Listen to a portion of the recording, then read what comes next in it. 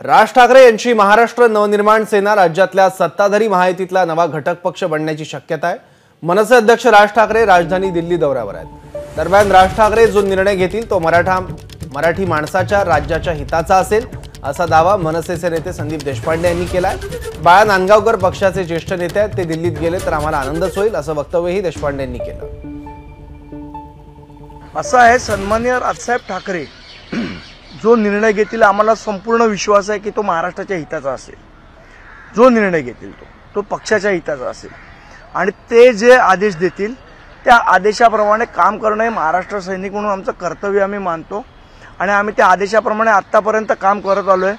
कधी यश आलं कधी अपयश आलं, पण त्यांनी खचून न जाता ते जो आदेश देतील त्याप्रमाणे आम्ही काम करत आलोय आणि यापुढेही साहेब जो आदेश देतील त्याप्रमाणे त्याची अंमलबजावणी रस्त्यावर करण्याची जबाबदारी ही महाराष्ट्र सैनिक म्हणून आमची असेल। एबीपी माझा, उघडा डोळे बघा नीट।